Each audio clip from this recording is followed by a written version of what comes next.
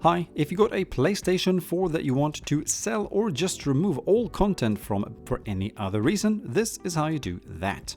First, start your console and navigate to Settings. In here, go to Account Management and select the option Activate as your primary PS4. Here, if you can, click Deactivate, or if you cannot click Deactivate, just go back to the previous screen.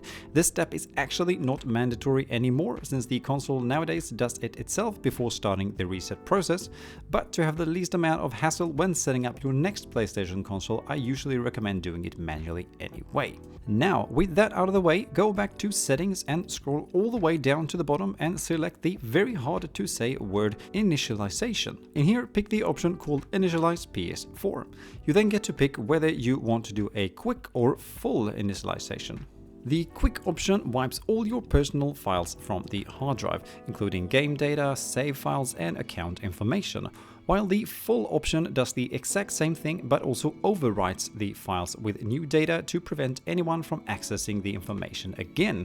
The first option is, you guessed it, quick, while the full option can take a good 2 hours to complete. However, if you're selling or getting rid of the PS4, I usually go for this option just to be on the safer side.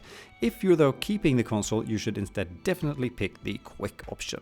To then start the factory reset, just select Initialize and then wait for the PS4 console to do its thing.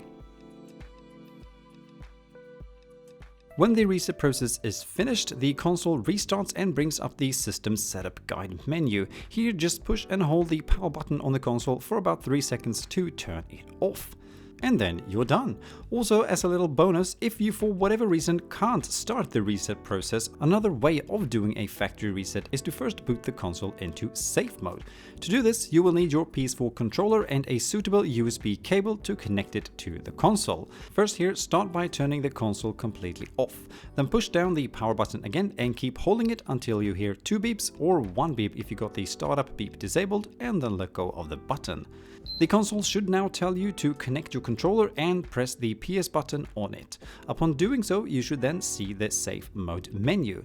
In here you have a variety of options to pick from. To start a factory reset of the console, you want to select the 6th option called Initialize PS4, followed by selecting Yes. Then just follow the on-screen information to go through the rest of the process from here.